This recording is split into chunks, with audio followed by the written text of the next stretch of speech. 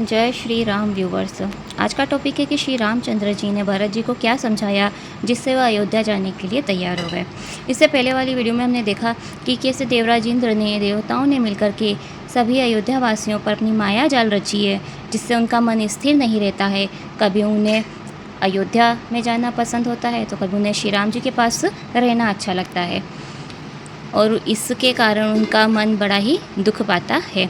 अब भरत जी ने अपने मन की बात राम जी से कही। अब श्री रामचंद्र जी क्या बातें कह रहे हैं भरत जी से, क्या समझा रहे हैं जिससे कि वह अयोध्या को लौट पड़ते हैं। चलिए आइए आज की कथा शुरू करते हैं। वाणी के सर्वस्व के समान वचन बोले। अब श्री राम जी वचन बोल रहे हैं जो परिणाम में हितकारी और सुनने में अमृत के समान है। हे भरत, तुम धर्म धुरंधर हो, लोक रीति और वेदों को जानने वाले हो, प्रेम में चतुर। हे तात, कर्म वचन मन से तुम्हारे समान निर्मल तुम ही हो। गुरुजनों की सभा में छोटे भाई के गुण और इस कुसमय में कैसे कहे जा सकते हैं। तुमको सभी का कर्तव्य मालूम है, अपना मेरा परम हित धर्म भी मालूम है। मुझे सब प्रकार से तुम्हारा भरोसा है, तो भी समय के अनुसार मैं कुछ कहता हूँ उसे सुनो। हे तात, पिताजी के न रहने पर हमारी बात केवल कुलगुरु वशिष्ठ जी ने कृपा करके संभाली है, नहीं तो प्रजा पूर्वासी कुटुंबी हम समय सब दुख होते। जो बिना समय के सूर्य अस्त हो जाए तो बताओ संसार में किसे क्लेश न होगा। हे भाई, वैसा ही उपद्रव विधाता ने किया। वशिष्ठ मुनि और जनक जी ने सबको बचा लिया है। राज्य, कार्य, लाज, प्रतिष्ठा, धर्म, पृथ्वी, धन, धाम, गुरु जी का प्रताप, इन सब की रक्षा करेगा, परिणाम भला होगा। घर में, वन में, समाज सहित हमारी और तुम्हारी रक्षा करने वाला गुरुदेव का प्रसाद ही है। माता पिता, गुरु, स्वामी की आज्ञा समस्त धर्म रूपी पृथ्वी को धारण करने में शेष जी के समान है।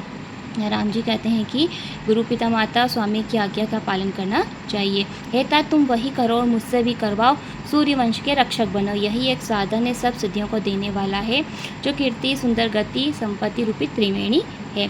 यह विचार करके भारी संकट सहकर भी प्रजा परिवार को सुखी करो। हे भाई, सभी ने मिलकर के मेरी विपत्ति बांट ली है, पर तुमको तो अवधि भर के लिए बड़ी ही कठिनाई है। तुमको मैं कोमल जानकर कठोर वचन कह रहा हूँ। कुछ समय में अनुचित नहीं है, कुछ समय में अच्छे भाई ही सहायक होते हैं। ब्रज की चोट को हाथ ही रोकते हैं। श्री राम जी की वाणी सुनकर जो प्रेम रूपी समुद्र में अमृत से सनी हुई थी सभा के सभी लोग ऐसे मग्न हो गए मानो समाधि लग गई। दशा देखकर सरस्वती जी ने मौन। इसी प्रकार से रामचंद्र जी भी अभी चुप हो गए। भरत जी को परम संतोष हुआ। स्वामी का सन्मुख होने से उनके दुख दोष दूर हो गए। मुख प्रसन्न हो गया, मन का दुख जाता रहा, मानो गूंगे में सरस्वती प्रसन्न हो गई हो। सप्रेम प्रणाम करके कर कमलों को जोड़कर बोले कि नाथ, मुझे आपके साथ जाने का सुख प्राप्त हो गया, जगत में जन्म लेने का फल मिल गया। कृपालु, अब आपकी जैसे आज्ञा हो मैं आदर के साथ सिर पर धारण करके करूं। हे देव, मुझे आधार दीजिए जिसके सहारे मैं अवधि का पार पा जाऊँ। श्री रामचंद्र जी किस प्रकार से सब भरत जी को समझाया जिससे उनके बुद्धि के पटल खुल जाते हैं और वह कहते हैं कि मुझे अब कोई आधार दे दीजिए जिससे कि मैं अवधि भर जी सकूँ।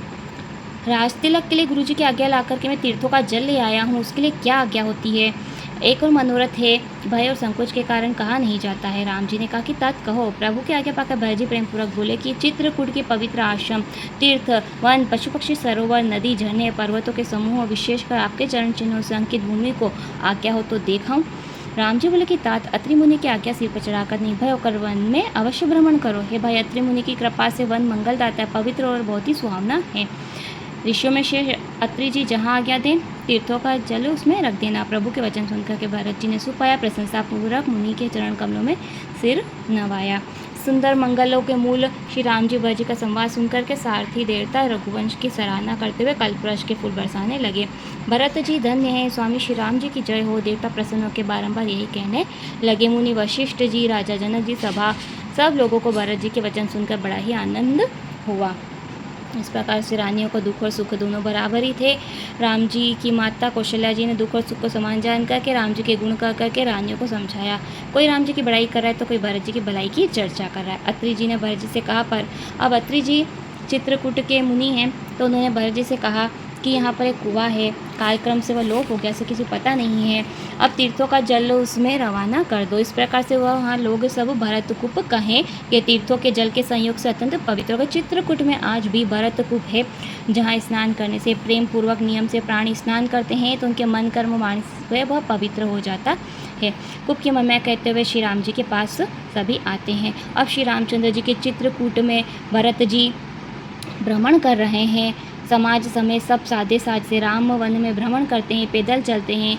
कोमल कोमल चरण हैं, भरत जी बिना जूते पहने हुए चल रहे हैं। इससे पृथ्वी कोमल हो गई। कूट कांटे कंकड़ी और कड़वी कठोर वस्तु को छिपाकर पृथ्वी ने मार्ग सुंदर और कोमल कर दिया। शीतल मन सुगंधित हवा सुखपूर्वक चलने लगी।